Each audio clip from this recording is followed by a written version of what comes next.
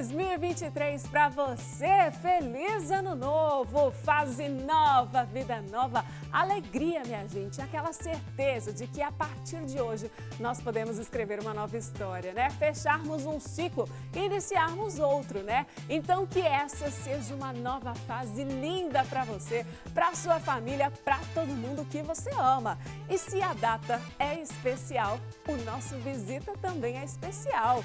Hoje com uma retrospectiva que vai relembrar momentos especiais, momentos que vivemos aqui na nossa sala de estar.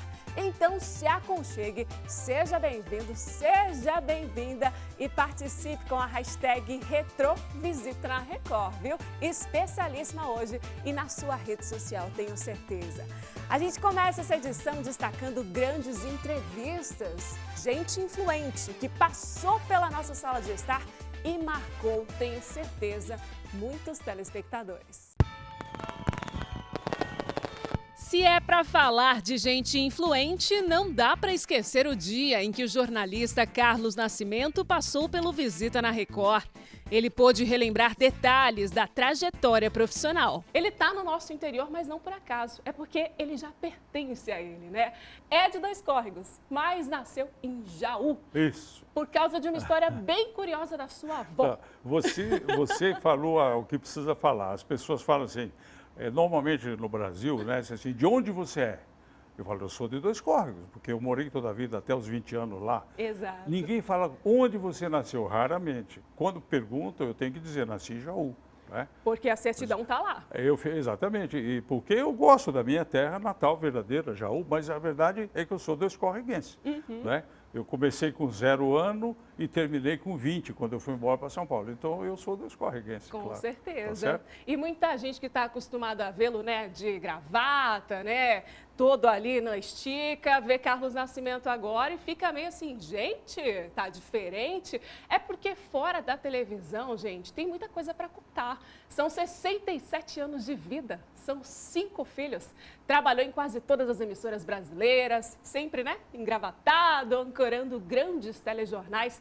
Foi repórter, editor-chefe, apresentador. E hoje o Google denuncia o que muita gente quer saber, viu? Você já teve essa experiência de entrar no Google e digitar lá Carlos Nascimento e dar um espaço? Já fez isso? Não. Quando você faz isso, aparece uma série de complementos, viu? Faça aí na sua casa, é que eu faça tenho esse medo teste. do que aparece, entendeu? Eu prefiro não olhar. Eu vou denunciar para você agora. Uma das perguntas que mais aparecem, onde está Carlos Nascimento agora? Melhor você me perguntar isso do que tem um colega nosso que ele tem uma sensação assim, que fim levou? Olha só. Eu já reclamei isso, que fim levou fulano de tal. Onde você está é bem melhor. Não tem nada de fim, não, pelo contrário, né? Exatamente. Você perguntou onde está Carlos Nascimento? Onde está Carlos Nascimento? Bom, no jornalismo eu não estou trabalhando, né? Eu saí do jornalismo no dia 20 de abril de 2020, quando começou a Covid. Eu era considerado um paciente do grupo de risco, de alto risco. Eu tenho uma fazenda pequenininha aqui na região de Torrinha, no município de Torrinha, que fica no centro paulista. Eu fui para lá, então, e fiquei, estou até hoje, sabe? Morando ali na zona rural, cuidando. Eu sou um pequeno produtor de café, pequeno, mas trabalho bastante. É um pequeno criador de gado, que eu também cuido. De onde veio essa paixão pela comunicação? Eu não sei te dizer, eu era moleque em Dois Córregos e jogava bola na rua, acho que todo moleque faz, né? E a minha mãe um dia falou, olha, você precisa arrumar alguma coisa para fazer, porque você está com a vida muito folgada, né? Onde você quer trabalhar? Minha mãe. Eu falei, eu quero trabalhar na rádio. Por que na rádio? Porque lá ninguém faz nada, só fica ouvindo música o dia inteiro. Que é o que acham, viu, da nossa profissão. Eles acham que você vem aqui, senta na cadeira, só olha para a câmera e acabou. Entendeu? E fala à vontade, ganha um salarião e está tudo certo. Né? Eu achava isso quando eu fui trabalhar no rádio, né? Achando que eu ia ficar lá escutando música. Então aí eu comecei a gostar. Eu era sonoplasta, depois eu passei a ser locutor, depois eu comecei a fazer reportagem, transmitir futebol. Aí foi indo. Aí eu trabalhei no Jornal de Dois Córregos também. Vamos dar uma pincelada para você. Em São Paulo, Carlos Nascimento trabalhou na Rádio Nacional, no programa Globo no Ar. Passou também pelas rádios Excelsior, América e no jornal Super News. Foi colunista também dos jornais Diário Popular, Diário de São Paulo. E antes de trabalhar na Rádio Nacional, ele foi setorista no aeroporto de Congonhas, como ele trouxe aqui pra gente. Só que o primeiro telejornal que ele veio como âncora foi o Jornal da Cultura. E vendo uma das suas entrevistas, você disse o seguinte, Carlos, que a ida para a televisão foi mais uma necessidade do que uma escolha. Sim, eu trabalhava na Rádio Nacional e aí a TV Globo começou a fazer trânsito e eles queriam um repórter que pudesse entrar de madrugada falando do trânsito e tal. Eu tinha certa facilidade em fazer isso e eu percebi que a televisão, isso foi em 77, eu falei, a televisão engoliu o rádio naquela altura, eu falei, é lá que tem coisa para fazer. Então eu realmente fui por causa disso, eu achava que a fase do rádio estava terminada, né? E aí que eu comecei depois a fazer televisão, é verdade isso aí. Show de bola. Não é que eu morria de vontade, entendeu? Sim. Eu fui realmente porque o caminho era esse. Porque era carreira ali. E realmente deu certo, né? Porque depois, gente, ele foi ancorar o Jornal da Record, onde recebeu o prêmio APCA, Associação Paulista de Críticos de Artes, por 2 anos seguidos. E logo depois ele voltou para a Globo. Foram 28 anos na emissora, passando por telejornais de diferentes linguagens. E foi onde ele gravou o primeiro Globo Rural. O primeiro Globo Rural, dia 6 de janeiro de 1980. Montou-se uma redação que era para fazer um programa de agropecuária, que na época o agro não era tão importante como é hoje, mas a gente já sabia lá. Já. E aí precisava de um caipira para fazer a apresentação. Um VIP. E aí o VIP, eu vindo do interior paulista, é claro, né? E aí me convidaram e eu gostei, comecei, fiz reportagens também no Globo Rural. Isso é uma das coisas mais importantes que eu fiz na minha carreira. Com certeza, que né? não só o Globo Rural virou um programa importante, como a agropecuária. Total. Hoje no Brasil é o nosso principal fator de produção. Aí começou também lá na Globo, você vai lembrar disso, né? Aquela popularidade durante a cobertura da morte do presidente Tancredo Neves em 1985. Foi também dentro da emissora o primeiro repórter a apresentar o Jornal Nacional. Como é que foi esse dia, hein? Olha, foi muito interessante. Era a época do governo Collor e estava começando aquele movimento do impeachment. E a TV Globo não tinha se decidido ainda para que lado ia, ou como é que ia fazer e tal. Então eu fui para o Rio de Janeiro para apresentar o Jornal Nacional. Primeiro do meu lado tinha o Cid Moreira, né, que eu ficava tremendo só de ver. E eu abria o jornal, o Boa Noite era comigo, a minha estreia e era o meu Boa Noite, né? Uhum. E aí eu sabia o texto, já tinha estudado, já tinha lido, cheguei lá, sentei na frente da câmera, como eu estou aqui assim, né? Quando eu olho ali no teleprompter, estava escuro, não tinha nada. Ele falou assim, lê o que está escrito.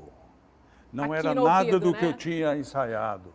Era uma notícia nova e é o dia que a TV Globo resolveu entrar na cobertura do Collor.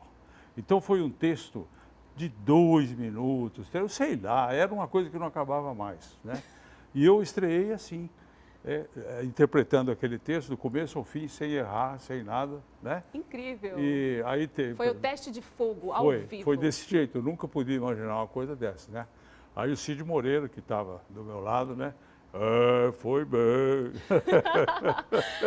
Gente, quem nasceu pra coisa, né? E em 15 de março de 2004, ele estreou como âncora do Jornal da Band. Além do telejornal na Bandeirantes, ele apresentava um programa diário no rádio. E aí, 2 anos depois, assinou contrato com o SBT, a última emissora, onde ele ficou 14 anos na emissora de Silvio Santos, até ser afastado da bancada pelos motivos da pandemia, como ele já trouxe pra gente. Mas vamos listar os prêmios também, né? Prêmio Vladimir Herzog, do Sindicato dos Jornalistas do Estado de São Paulo, como repórter em 1980 e 1981. Prêmio da APCA, que nós já citamos aqui, em 88, pelo melhor telejornal, Jornal da Cultura, e também pelo telejornal Jornal da Record, né, em 1989 e em 1990. E também o prêmio Comunique-se, em 2003 e 2005. Alguns prêmios aí, né? Tem mais. Tem os troféus de imprensa do SBT, né? Lindo demais. Que eu tenho muito orgulho de ter recebido, né? Que carreira maravilhosa, que orgulho para a nossa região mais uma vez. E como fã também do seu trabalho, Carlos, qual que é o recado que você deixa para aquele jornalista que está nos acompanhando, que está no começo de carreira, ou para quem sonha, de repente, em seguir essa trajetória? Bom, hoje não é como quando eu comecei, né? Essa semana, eu conversando com um grupo de jornalistas, eu fiz uma lista das redações que existiam em São Paulo quando eu cheguei. Você podia pedir emprego. Era uma lista interminável, sabe? Muitas redações. Hoje são pouquíssimas. Então significa o quê? Que quem quiser seguir carreira no jornalismo tem que ser muito bom de bola. Na área de crimes virtuais, nossa sala de estar recebeu um dos advogados mais influentes no assunto em todo o Brasil, o Dr. José Milagre. O criminoso hoje ele é muito atento. Eu costumo dizer que ele é muito mais criativo do que técnico.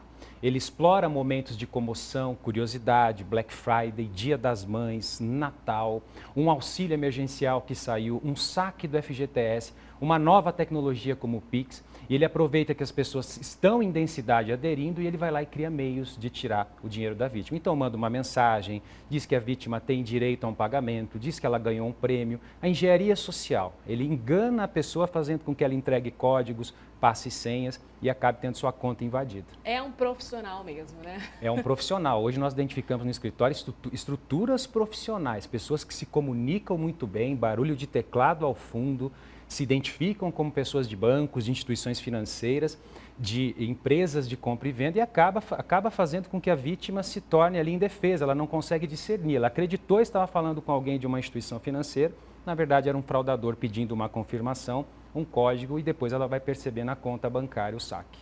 E fica também cada vez mais difícil identificar quem são esses criminosos? Esse é um grande desafio. Hoje o maior desafio não é leis, nós temos leis até muito rígidas no país. Nós tivemos uma reforma em 2021, com a Lei 14.155, que enrijeceu. Nós temos penas de até 8 anos de reclusão para fraude eletrônica, um chip swap, uma clonagem de chip. Mas o grande desafio é esse, apurar a autoria. Os criminosos têm técnicas antiforenses para dificultar a apuração deles. Criam cadastros em nome de terceiros, usam dados pessoais que eles compram para criar contas, chips. E toda essa técnica hoje é um desafio para a polícia e para a investigação. Não digo que não chega. Sim. Na maioria dos casos, esses criminosos são identificados e punidos. Mas é um grande desafio hoje descobrir a autoria de quem praticou um crime cibernético. A minha dúvida é, dá para ter segurança 100%? Porque hoje qualquer lugar que a gente vai, farmácia, loja, deixa eu fazer um cadastro seu aqui, aí você já passa uns dados básicos ali. E fora que você está na internet o tempo todo, né? Redes sociais, enfim, pagando conta, fazendo transferências. Dá para ter essa segurança 100% hoje? Olha, perfeita a sua colocação. Você falou algo que é muito importante. Quando a gente fala de segurança da informação, não é quando eu vou ser vítima, né? Não é se eu vou ser vítima, mas é quando, é uma questão de tempo. Hoje, infelizmente, eu não posso abrir mão das facilidades do mundo moderno, compartilhar dados, acessar redes, ter acesso. E esses dados pessoais, muitas vezes, que eu negligencio cedo, sem qualquer controle, me exponho, ou mesmo vazam das empresas, hoje ele é o insumo do criminoso digital. Então, o criminoso hoje, ele compra dados na Deep Web, essa área da web que não é acessível por meios convencionais, e com esses dados ele cria cadastro, abre conta, se passa por você, clona o seu chip, se identifica para familiares pedindo empréstimos, consegue invadir a sua rede social. Então, a dica de ouro é, nós temos uma LGPD, uma Lei Geral de Proteção de Dados, que nos traz direitos. Então, nós temos que controlar os nossos dados pessoais. Muito cuidado com CPF, data de nascimento, nome, telefone. Hoje, esses dados o criminoso reúne e um belo dia você é vítima de um golpe e não sabe como eles tinham tanta informação a respeito. Esses dados já estavam na internet ou foram vazados. Na área da saúde sexual masculina, o Instituto Homem tem feito história. O Dr. Flávio Machado apresentou um livro pioneiro no assunto, escrito por ele. Tudo o que você precisa saber sobre sexualidade masculina. Essa área da saúde sexual masculina, Thaisa, é uma área muito carente no Brasil. Existe poucos médicos que atuam nessa área, focado nessa área, e existe pouca informação de confiança realmente nisso daí, porque Google tem um monte de informação, né? Você digita lá você acha tudo que você quer e que você não quer. Mas coisas que às vezes a gente sabe que não tem aquela confiabilidade que a gente precisa. Esse livro, ele é um livro pioneiro. Apesar de a gente estar no século XXI... Não acredito nisso. É verdade, não existia até hoje nenhum livro de um médico falando sobre saúde sexual masculina, sobre sexualidade masculina para o público em geral. E é essa a proposta nossa, a gente está fazendo uma educação nas pessoas, porque esse livro é um livro muito didático, muito fácil de ler. Muito, gente. E também ele tem linguagens fáceis. As linguagens difíceis a gente para e explica, né? Porque tem, como a gente está falando sobre a saúde, tem algumas palavras que são meio difíceis, a gente para, explica, parece que eu estou sentado e conversando. Da mesma forma que eu estou conversando com vocês, através do livro. Então, assim, são coisas básicas que a gente não tem como aprender na escola, a gente não aprende na nossa família, a gente não aprende com os nossos amigos. E de mas repente que esse é o são começo. importantes, com certeza. Né? Para aprender Exatamente. nesses locais tão importantes, né? Tá todo mundo na escola, tá todo mundo em casa. Por que não, né? Dar de presente um livro desse e colocar esse assunto na mesa, né? Sexualidade, minha gente, é saúde, né, doutor? É verdade. É preciso a gente entender, a gente fazer a junção das coisas, né? Não existe saúde 100% sem uma saúde sexual também, sem um conhecimento, sem um autoconhecimento, e muitas vezes é uma coisa que falta nas pessoas. Eu falo sempre para as pessoas assim, eu gostaria muito de ter lido esse livro com 12 anos de idade, por exemplo, ali antes de começar a vida sexual ativa, quando numa época de conhecimento do corpo, porque a gente consegue entender aqui o que é certo, o que é errado, o que é normal, o que não é. E detalhe, Thaisa, isso aqui a gente não está falando sobre questão de orientação sexual, questões políticas, nada de sexualismo, são linguagens fáceis, linguagens assim que são educativas, né? Nada pejorativo. É o conhecimento sobre o próprio corpo. Muito bom. A gente pode dizer assim. Exatamente. Quando a gente está falando sobre dificuldade na área sexual, a gente está falando sobre toda e qualquer dificuldade que o homem possa ter no momento da relação sexual.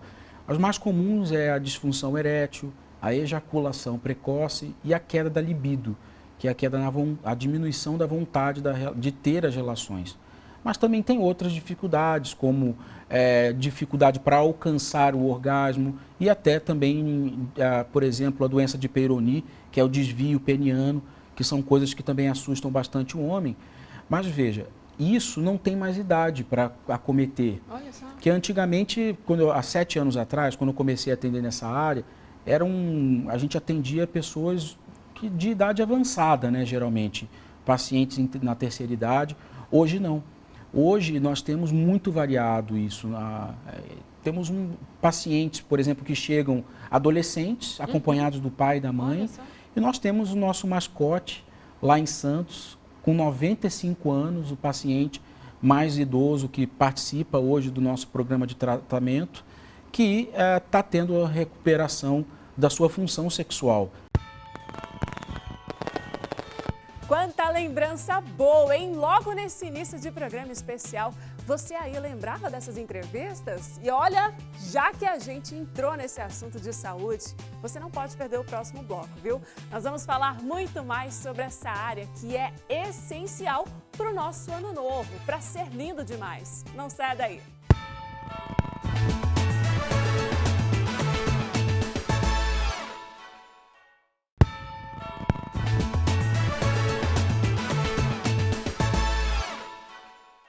Estamos de volta. Obrigada pela sua companhia neste ano novo. Visita na Record Especialíssimo em horário especial também, viu? Um pouquinho mais longo, mas para a gente relembrar todas essas entrevistas maravilhosas. E ó, falou em ano novo, saúde, né, minha gente? Saúde tem que estar em primeiro lugar. E o que nós somos sem ela, hein? Sem saúde a gente não é nada, né? Praticamente isso. E é por isso que temas importantes e dicas sobre essa área fundamental da nossa vida estão sempre passando por aqui, viu? Eu te convido agora a relembrar comigo entrevistas com alguns especialistas que trouxeram dicas valiosas e importantíssimas para esse momento que estamos vivendo. Dentre os assuntos de saúde que se destacaram no Visita, recebemos o infectologista Dr. Taylor Olivo.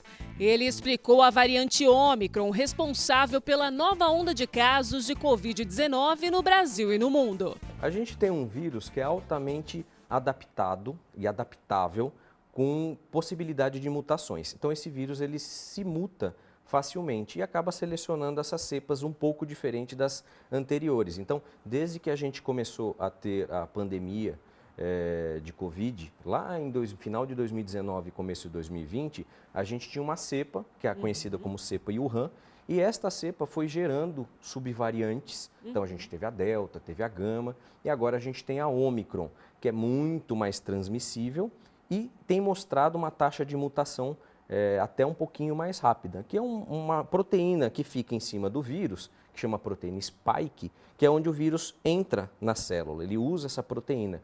Então, como ele faz muita mutação, como ele se replica, se reproduz muito rápido e numa quantidade muito alta, ele acaba gerando algumas mutações. E essas mutações é que tem trazido os novos casos, as novas notificações, que ainda assim a gente fala, são 2.000 casos, mas isso ainda é subnotificado. A gente tem muito mais caso do que isso, principalmente os casos leves, que as pessoas às vezes acabam fazendo o autoteste em casa, ficam em casa, mas isso não é notificado. Então a gente tem com certeza um número 10, 15 vezes maior do que a gente tem realmente notificado. E por que isso está acontecendo agora, né? Muita gente fala, mas eu já tomei a 4ª dose, muita gente aqui na minha comunidade também, eu vejo que tem gente imunizada. E agora voltando, é esse mundo globalizado que a gente vê os casos estourando fora e existem essas conexões aqui no Brasil? Sem dúvida. O que a gente tem hoje, a gente tem essa movimentação de população, então viagens, as pessoas saíram da sua aglomeração, querem sair, querem desestressar e acabam circulando para outros lugares. Festas, shows, festas de final de ano agora. Então é muito comum que a gente tenha esses momentos de aglomeração e isso facilita muito a transmissão, né? A gente tem ainda no Brasil o vírus circulando, ele não deixou de circular. E, ao mesmo tempo, a gente tem uma quantidade de pessoas não completamente vacinadas para a Covid-19 e essas pessoas não completamente vacinadas, elas acabam tendo uma quantidade de vírus mais alto, às vezes aqui na via respiratória, e transmitem mais também.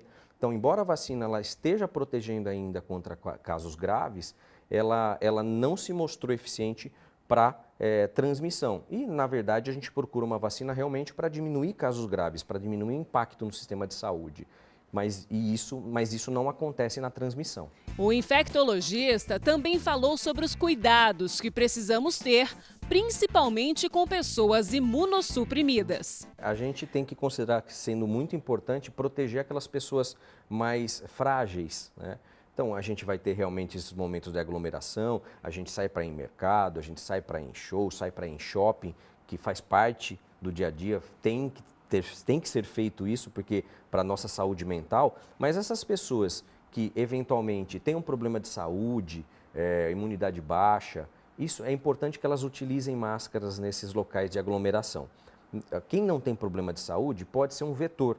E a gente muitas vezes não sabe se essa pessoa está transmitindo ou não. Então precisa haver a mudança cultural das pessoas de que, se estiverem doentes, procurarem utilizar máscara e evitarem locais de aglomeração mesmo. E a transmissão continua a mesma? Pelo ar, espirro, toque, como é que funciona? Exatamente. A transmissão é essencialmente respiratória, ou seja, você estar perto de uma pessoa que tenha sintomas e que possa te transmitir. Hoje o toque, aquela questão do ambiente, dos materiais, praticamente foi descartado. Olha só. Né? A gente tem a possibilidade, de repente, eu tossi, espirrei, caiu uma gotícula ali, pode ser infectante, mas numa quantidade muito mais baixa do que o contato próximo, pessoa a pessoa. As doenças reumáticas também foram esclarecidas com a visita do médico reumatologista Dr. Henrique Sampaio. Você sabia que no Brasil as doenças reumáticas afetam mais de 15 milhões? 15 milhões de pessoas, de acordo com a Sociedade Brasileira de Reumatologia. E falou em reumatismo, são mais de 100 doenças nesse guarda-chuva, é isso? Exatamente, até coisa. Um pouquinho mais de 200 doenças. Nossa já Senhora. Catalogadas. Claro que nós temos umas bem mais prevalentes, que a gente vai comentar aqui com vocês, como, por exemplo, artrose, que o nome correto é osteoartrite, mas também osteoporose, fibromialgia, gota. E temos doenças mais raras, mas também bastante conhecidas e que têm um potencial impacto aí importante na qualidade de vida das pessoas, como o lúpus eritematoso sistêmico, por exemplo. Então, falou em reumatismo, a gente tem que lembrar do quê? Envolve o quê, doutor? Articulação, as ligações? Excelente pergunta, Thaís, porque isso dá muita dúvida, a gente vê, não só na população, às vezes até nos profissionais de saúde. O que o reumatologista trata? Vamos deixar isso aqui bem claro para vocês hoje. O reumatologista é o médico que trata qualquer patologia que acometa o sistema músculo-esquelético. O que é isso? Osso, tendão, articulação, músculo, bursas. Então, desde doenças como artrite, tendinite, osteoporose, que são doenças bastante frequentes, mas também doenças autoimunes que levam à inflamação desse sistema e de outros órgãos e sistemas, como o lúpus eritematoso sistêmico, por exemplo. Ah, doutor Henrique, mas qual que é a diferença sua para um ortopedista, então? Ah, essa é boa, hein? Eu já trago aqui porque... Falou em movimento, então tá ligado ao reumatismo. Calma, olha a diferença, vamos entender. Dá muita diferença. O ortopedista também trata patologias que acometem o sistema músculo-esquelético, mas que normalmente tem relação com trauma. Então, um trauma, uma batida, um entorse, você que está aí jogando bola, bate o joelho, ele incha, você vai procurar um ortopedista. Teve uma fratura? Vai procurar um ortopedista. Agora, as lesões musculoesqueléticas não relacionadas ao trauma, essa é do reumatologista. O ortopedista também trata algumas patologias dessas que são muito prevalentes. Tendinite, bursite, dor lombar, lombalgia, enfim. O ortopedista também trata. Agora, as doenças autoimunes, em geral, essa é só do reumatologista mesmo. Ele explicou detalhes sobre a artrose, uma das doenças mais comuns quando se fala em reumatismo. Eu acho que é importante a gente destacar a osteoartrite, conhecida como artrose pela população, que é a afecção, a doença articular mais prevalente de todas. A maioria das pessoas, a partir dos 60, 70 anos de idade, terão ela em algum local do corpo. Em geral, as mulheres são mais acometidas do que os homens. Quais locais? Principalmente mãos, pés, joelhos, quadril e coluna. A artrose é a doença ocasionada pelo desgaste da cartilagem, que é um tecido que a gente tem dentro das nossas articulações, que facilitam, então, a nossa movimentação, que impede que um osso fique atritando ali com o outro. Com o tempo, a célula que produz essa cartilagem, ela vai ficando um pouquinho preguiçosa, ela quer aposentar, ela para de trabalhar um pouquinho e a gente produz menos esse tecido cartilaginoso. Há também uma desidratação com a idade, muito da cartilagem é água, então ela acaba achatando e isso acaba degenerando esse tecido tão importante. E aí, qual é o sintoma mais comum? Dor na junta, dor articular. Então, a artrose realmente é uma doença que tem um impacto, inclusive, socioeconômico importante. Muitas vezes e trabalhista, a gente tem que afastar o paciente, auxílio-doença, às vezes aposentadoria por invalidez. Então é importante a gente destacar essa doença pela sua alta prevalência e que há sim algumas coisas que nós podemos fazer antes para evitar a evolução para ela. É isso que eu ia perguntar, porque a idade vai chegar para todo mundo, né? É possível que todo mundo vai ter artrose, né? Na melhor idade aí. Tudo bem que é a maioria, mas tem como evitar, tem como prevenir, tem como retardar. Com certeza, é aquele conselho que a nossa avó já dizia para nós, e a gente sabe, mas a gente não faz, que são manter hábitos de vida saudáveis, manter um peso legal, manter uma alimentação saudável e atividade física regular. Isso é extremamente importante, mesmo para os pacientes já com artrose. Aliás, para eles é muito importante, faz parte, é o que muda a história natural da doença. E a nutricionista Denise Real também marcou presença em 2022. Ela falou sobre os alimentos que ajudam a fortalecer a imunidade. Na alimentação, a gente tem que pensar em quanto mais natural, mais o corpo reconhece, absorve e utiliza esses fatores como benefício. Eu gosto de colocar uma listinha como dicas, né, Bacana. Thaís? Como pensando em imunidade. Então, alguns moduladores. A vitamina C, que é muito conhecida, que já é bem tida, né, até como suplementação para combater os vírus. E tá mais nos cítricos, nos alimentos mais cítricos, as frutas mais cítricas. Laranja, limão, tudo aquilo que dá aquele, né, aquela Azedinho. sensação azedinha. E aí pode usar na comida para temperar, fazer sucos também. Zinco e selênio tem se falado muito. Eles ajudam, inclusive, ao nosso corpo formar células combatentes aos vírus. Então, ele ajuda o nosso sistema imune.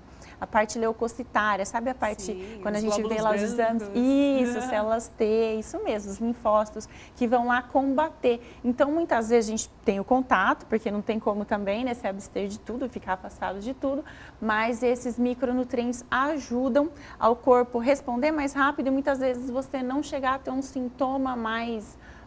Vai te derrubar aquilo, não? Isso, um vai ser sintoma mais leve. grave, exato. E zinco e selênio tem nas oleaginosas, sabe, nos feijões, Castanha. tem nas castanhas, nozes também, nos vegetais, também verdes escuros. Então, tudo isso dá pra gente inserir no dia a dia, na nossa refeição trivial. Tem um aspecto da vitamina D que o nosso corpo ele não fabrica. Então, realmente, a gente tem que ter o consumo externo e também a inserção solar. E muitas vezes, só pela alimentação, Thaís, não dá Não é conta. suficiente. Né? Então, eu falo, poxa, não vamos deixar de lado a alimentação, mas a suplementação e a inserção dos raios solares também são importantes. E mesmo porque tomar, né, o sol tem que ser sem uso de protetor, de proteção solar. Então, a gente costuma indicar, né, braços e pernas para ajudar a formar essa vitamina D ativa no corpo. Ela ajuda o sistema imune. Vitamina D ajuda também a formação e preservação óssea do organismo. Que bacana. E também está envolvida até com melhora de resposta para quem tem diabetes e outras doenças crônicas também. Gente, e também vitamina D pra disposição. tudo. E disposição, né? Que é o que Olha a gente só. busca em qualquer estação, né? Para o dia a dia. É isso aí, tendo saúde a gente tem tudo, né? Já tem um bom começo para começar a sonhar, a pensar, idealizar e ser o que a gente quer ser, né? Para te ajudar então nesses sonhos, na volta do bloco tem histórias inspiradoras, histórias de empresários que passaram pela nossa sala de estar. Fique aí, são relatos incríveis.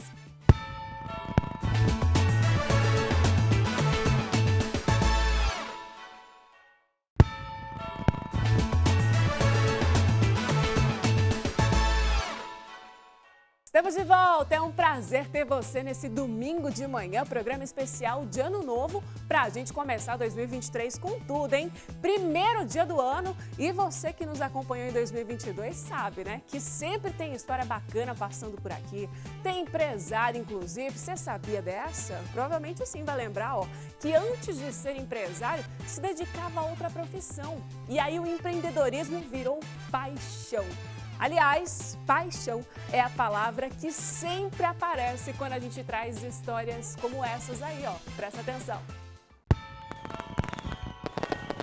O Visita na Record trouxe a história do Senai, um dos 5 maiores complexos de educação profissional do mundo.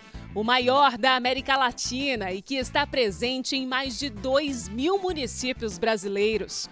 Durante a entrevista, o diretor da unidade em Bauru revelou que antes de chegar onde está, foi aluno do Senai. Que incrível esse trabalho e você está nele há quanto tempo? Olha, que honra para mim ser participante de uma instituição tão nobre que é a instituição de formação profissional. Eu estou há 35 anos no Senai, já vou indo para 36.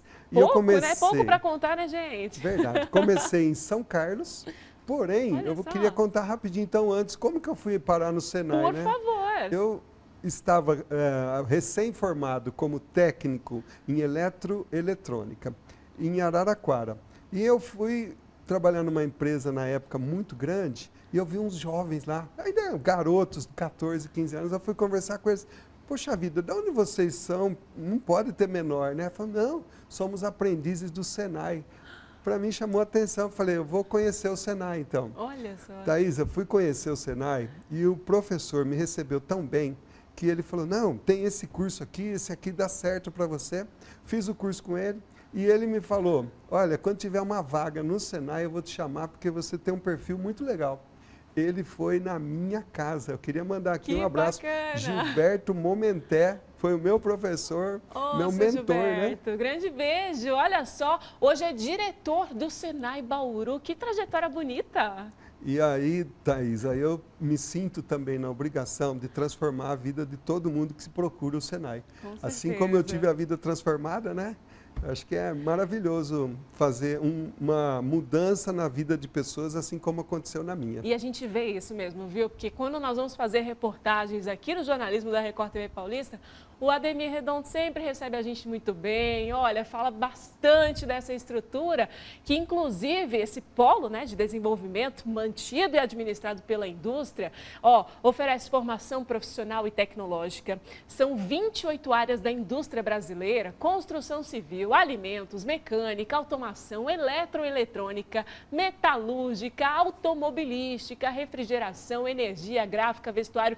Pensou em indústria, pensou aquilo que envolve, o Senai está no meio, com certeza, ou melhor, está em primeiro, viu? São cursos de formação inicial, né, Ademir? Cursos de formação continuada também, aprendizagem industrial e também cursos técnicos. O Senai, como ele é mantido e administrado pela indústria, qual é a nossa missão? Fortalecer a indústria, qualificando pessoas para que cheguem ao nível máximo de qualificação, porque a indústria nacional precisa ser competitiva. Muitas vezes ela faz um investimento grande em máquina e equipamento, mas quem vai programar, quem vai operar, quem vai instalar, quem vai dar a manutenção, é essa mão de obra que a gente tem que formar. E o que é melhor, né?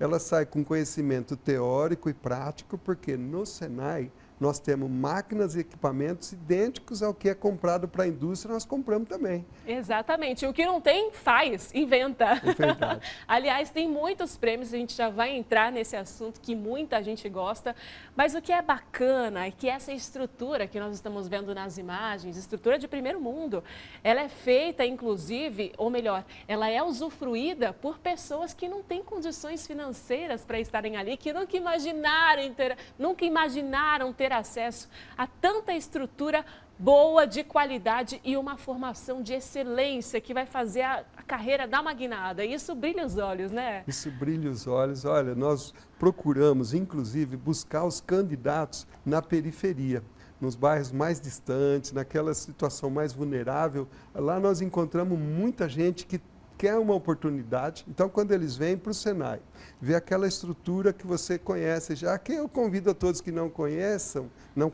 visitar a nossa escola. Mas é uma estrutura linda, né? E os jovens que vêm da periferia, às vezes, chegam na escola e se encantam e falam, poxa vida, isso é para mim mesmo? Isso não tem custo, porque nós oferecemos curso gratuito, não cobramos material, não cobramos nada. O aluno ainda consegue, através do nosso trabalho junto com as indústrias, serem contratados como aprendizes. Olha só. Primeiro dia de aula, ele já tem carteira assinada com salário, fazendo curso gratuito. E aprendendo o que gosta, gente. Isso é muito bom, isso é desenvolvimento, é formação para o nosso país, para o nosso mundo, né? A educação transforma, né? Falando de educação, a cerimonialista Débora Cota nem imaginava que o último dia na formação como professora a levaria para a área de eventos. Veja como ela se tornou um dos nomes mais famosos da área em Bauru. Aliás, minha gente, eu aqui estava nos bastidores conversando com Débora e fiquei assim extremamente espantada por saber de onde que ela veio. Ela já vai dizer para você, né? Antes de ser cerimonialista, de ser apaixonada por histórias, por encontrar pessoas e criar, né, esses amores que duram muitas vezes para a vida inteira, esses momentos inesquecíveis. Débora também era inesquecível num ramo que também é importantíssimo para o futuro das pessoas. Sim, na educação. Mudou da água para o vinho, gente. Como é que foi isso, mulher? Fui formada em letras, né? Então, fiz magistério, trabalhei com a parte de educação infantil até o ensino fundamental E na formatura do magistério que eu tive o primeiro contato com eventos, com festa, participando das comissões de formatura. Você pegou a frente ali, A frente. já que a gente vai se formar, deixa que eu organizo. Não, vamos organizar. E aí não parou mais, criou uma paixão mesmo. E aí deixou a educação de lado porque a cerimônia, o cerimonialista, né, deu certo esse trabalho, e mais do que certo. Desde 2014, Sim. só com isso ou jornada dupla? Como é que jornada dupla no começo. Agora que eu estou finalizando a jornada dupla e ficando somente 100% com o cerimonial, que é a paixão, né? E Débora, a gente te vê aí toda na estica, cerimonialista, mas você faz tudo sozinha? Não, trabalho com uma equipe. Já pensou? Tem todo um pessoal atrás que são assim, sem eles eu não conseguiria trabalhar, né? Então eu tenho a minha equipe, principalmente quando eu tenho 2 eventos, acontece de ter 2 eventos, eu preciso que tenha alguém ali me dando todo um suporte por trás. Tem o pessoal da tag de casamento que está sempre do meu lado, cuidando da rede social, fazendo ali a questão de fotos. Então, a gente trabalha num conjunto. Eu falo assim, que é toda uma equipe minha, uma equipe dos noivos, em prol de um sonho, né? Exato. E tudo começa nesse trabalho com aquele encontro intimista também, né? Você vai conhecer os noivos, vai conhecer a história deles, como é que é? Você é bem aquela que fica de olho nos detalhes. Sim, me emociono, porque sou uma manteiga derretida. Então, o primeiro contato Antes do casamento, você já tá chorando? Já tô chorando. Às vezes eles vão contar como que estão se conhecendo, o que está acontecendo ali, a história do casal, a história da família. Eu já me envolvo, né? E é gostoso isso. Porém, muitas pessoas têm optado pelo online, né? Aquele Então, encontro mais à distância. Mais à distância, até pela correria do dia a dia. Tem o primeiro impacto, a primeira reunião, mas tem muito online também. E é ali que você vai entender as necessidades deles, o que eles querem de cardápio. Sim, tudo mais. a gente ali vê... já dá para definir tudo, primeira reunião? Não, como é a que gente cria uma base do que eles querem. Então, a primeira reunião ali é para a gente entender o que eles esperam do casamento, o orçamento que eles têm. E partindo dali, nós vamos criar e fazer a construção do sonho. E como explicar a história da Daniela? A comunicadora e jornalista por formação virou empresária e construiu o Instituto VIG. O Instituto VIG de Ciências é referência, viu, no mercado odontológico de Bauru e região, e começou em 2008 essa história. Sim, começou em 2008. Como é que nasceu aí do seu coração, que já estou sabendo aqui dos bastidores, que não é, entre aspas, dessa área de saúde, por formação, mas é, ó, comunicadora, jornalismo na veia desde sempre. E aí, a odontologia veio, vamos lá atrás. A odontologia veio a partir de 98, onde eu tive meu primeiro emprego de auxiliar odontológica. Ali eu me apaixonei pela odontologia, me apaixonei pelos alunos, me apaixonei pelos pacientes. É a área que eu mais amo lidar, é com aluno e paciente. Eu sou apaixonada pela educação. Ali, como auxiliar odontológica, era meu primeiro emprego no sentido da área da saúde. Trabalhando no dia a dia, que também era uma escola, eu gostava de ver o aluno trabalhando, o professor ensinando aquilo. E aquilo foi criando uma paixão de verdade. Tá? E eu vi aquilo de uma forma e eu queria aprender mais. Então, no meu horário de almoço, eu pegava os livros que tinham lá, ficava lendo, tipo assim, levantamento de seio. O que é um levantamento de seio? Como que eu vou conversar isso com o paciente quando ele voltar para o pós-operatório? Como eu vou falar isso com o aluno? Uma linguagem. Então, ali eu observava o que acontecia, o que o professor ensinava, e depois eu ia ver nos livros, que na época não tinha tanta internet assim. Jornalista curiosa. Exatamente. Aí eu ia estudando para saber o que acontecia nos procedimentos que acontecia dentro do meu redor. Então, ali eu fui aprendendo, tinha professores magníficos que trabalhavam comigo na época, e eu ouvia eles ensinando como eles trabalhavam o tecido mole, como eles trabalhavam uma prótese sobre implante, uma prótese sobre dente, e eu fui criando aquela expectativa, fui aprendendo, e aí eu fui aprendendo a vender cursos, aprendendo a trabalhar com paciente, vendendo tratamento para o paciente. Foi uma paixão assim que desde encontro e hoje eu estou aqui ainda. Entrou nesse primeiro emprego na área da saúde, nem imaginava que ia mesmo para essa área, porque a comunicação estava aí na veia, porque você estava me contando. Sim, sou formada em jornalismo. A padaria aí estava com tudo, né? Trabalhava numa padaria, conversava para lá e para cá. Os clientes iam e eu já tinha aquele jeito, porque você também já aprende a conhecer o cliente, o jeitinho dele. E às vezes você sabe até quando ele estava triste. Aí você já dava uma carolina recheada, já dava uma carolina açucarada, já alegrava o dia dele, oferecia um cafezinho, Virava a amigo. famosa tubaína. Ai, delícia. Sabe? Então a gente já oferecia, ele já ficava feliz, e ali você já ganhava o cliente com a sua alegria, espontaneidade. Ia comprar um entendeu? pão e já voltava. Já com saía tudo. já com uma rosca doce. Bom demais. E por que veio essa criação, né, em 2008? Como é que nasceu o Instituto V&G? O Instituto V&G nasceu justamente porque quando eu trabalhava de auxiliar odontológica, eu tinha essa paixão e muitas empresas no qual eu trabalhava na época, que vieram me conhecer através do meu trabalho, falaram assim, Daniela, começa a fechar curso, fecha curso para você tem o dom disso. E eu tenho uma empresa que através de um amigo meu chamado Tiago, ele botava muita fé, o meu marido sempre botou muita fé em mim, e falou assim, começa a vender curso para você. E a gente começou a fazer esses cursos em hotéis. Olha Fora só. do lugar onde eu trabalhava. Então, de sábado e domingo, eu fazia os cursos, promovia cursos, trazia professores do Brasil todo para Arabauru, e aí eu promovia esses cursos no hotel, com coffee break, com o laboratório, com toda a parte de organização. E nessa época, meu marido trabalhava no consultório dele de segunda a sexta, e ele me ajudava de sábado e domingo. Olha só. E ali a gente montava televisão, montava cadeira, montava motor, montava tudo, e eu comecei indo devagar. Cada curso que eu fazia, a gente guardava o dinheiro, porque ele tinha o consultório dele, eu também Claro. trabalhava, e a gente foi comprando. Então, cada curso que eu trazia, eu já tinha um equipamento novo para comprar. Viu aí, né? E olha que essas são apenas algumas das inúmeras histórias inspiradoras que passaram por aqui. Todo domingo de manhã, agora em 2023, você tem que estar aqui, viu? Tem que estar aqui com a gente na tela da Record TV Paulista para se inspirar muito mais. Rápido intervalo, na volta tem destaques da nossa emissora, viu? A Record TV Paulista passando pelo Visita na Record. A gente já volta.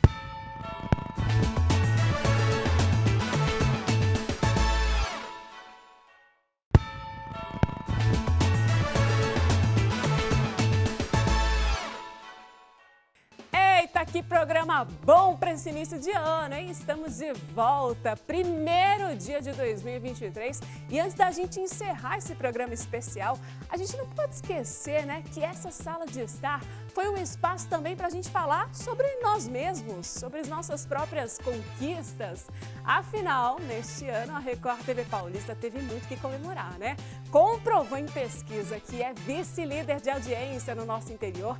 E a caminho do terceiro ano nesta fase de apresentação, o Visita na Record recebeu uma nova roupagem. Vamos relembrar?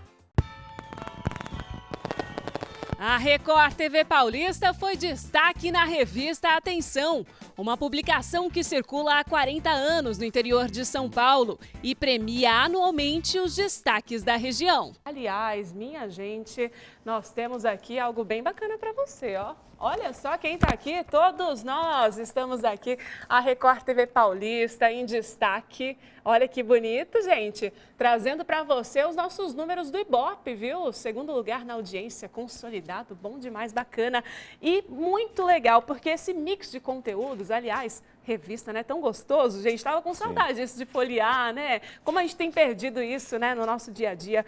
E aí, folheando, eu percebi o quanto essa história, ela se casa muito com o nosso Visita aqui, né? É uma sala aberta, realmente um espaço para a gente conhecer, é uma vitrine, conhecer de tudo da nossa região. Tanta gente bacana, tanta história legal.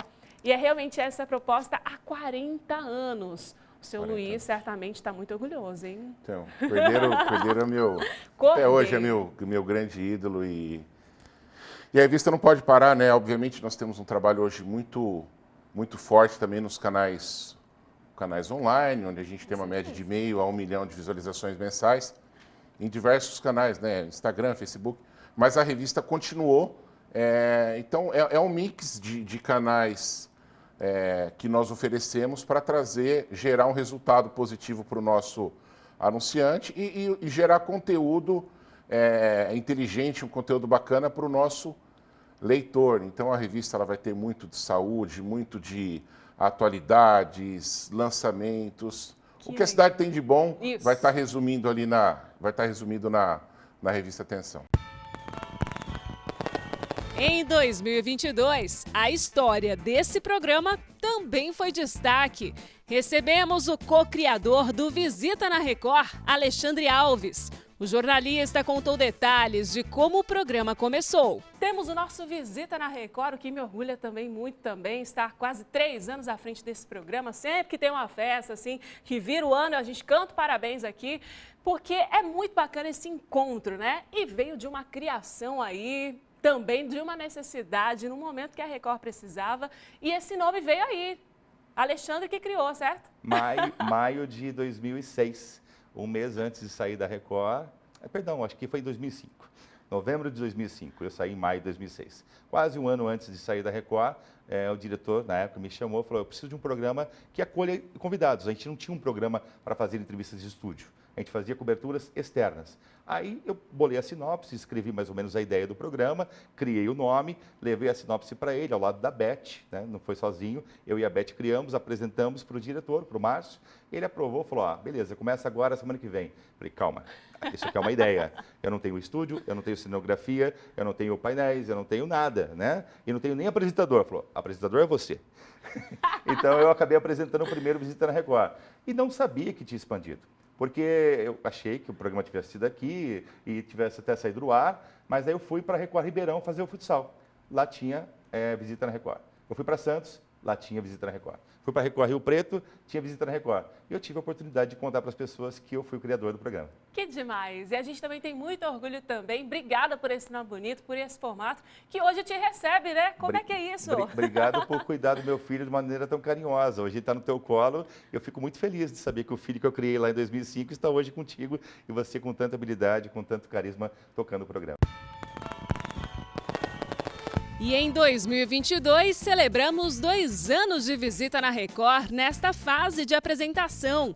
Resgatamos algumas entrevistas num programa todo especial. Parte da nossa equipe entrou no estúdio para participar dessa festa com a gente. Que delícia, minha gente, relembrar esses momentos tão especiais, esse Visita especial de 2 anos, e essa é parte da nossa equipe. Equipe operacional, equipe de produção, de marketing, de comercial, tanta gente que leva para você aos domingos, às 9h30 da manhã, muita informação, muitas novidades e prestação de serviço. Olha só, hein, você pode conferir a gente a qualquer momento no YouTube da Record TV Paulista, quantas vezes quiser, assista todas as edições e também participe sempre. Hashtag Visita na Record, é um prazer ter a sua companhia. E vamos juntos, rumo aos 3 anos do nosso Visita na Record. Parabéns pro programa!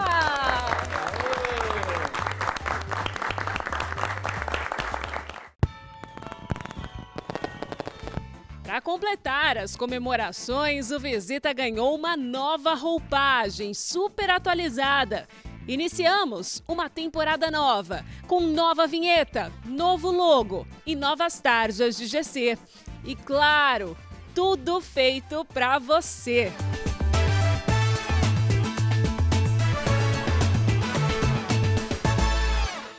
É nesse clima de festa que a gente vai se despedindo de você, hein? Agradecendo por mais uma parceria, mais um ano juntinhos. 2023 está só começando e certamente a nossa sala de estar não vai ser a mesma sem você aí, viu? Sem a sua companhia. Por isso eu te espero também neste ano. Muito obrigada e desejamos o melhor para você, para sua família, para todo mundo que você ama. Que você tenha muitas realizações, muita saúde e felicidades. Deus te abençoe, ilumine e guarde. Feliz ano novo, hein? Feliz domingo e bora partiu, hein? Começar 2023 com tudo. Grande beijo, tchau, tchau.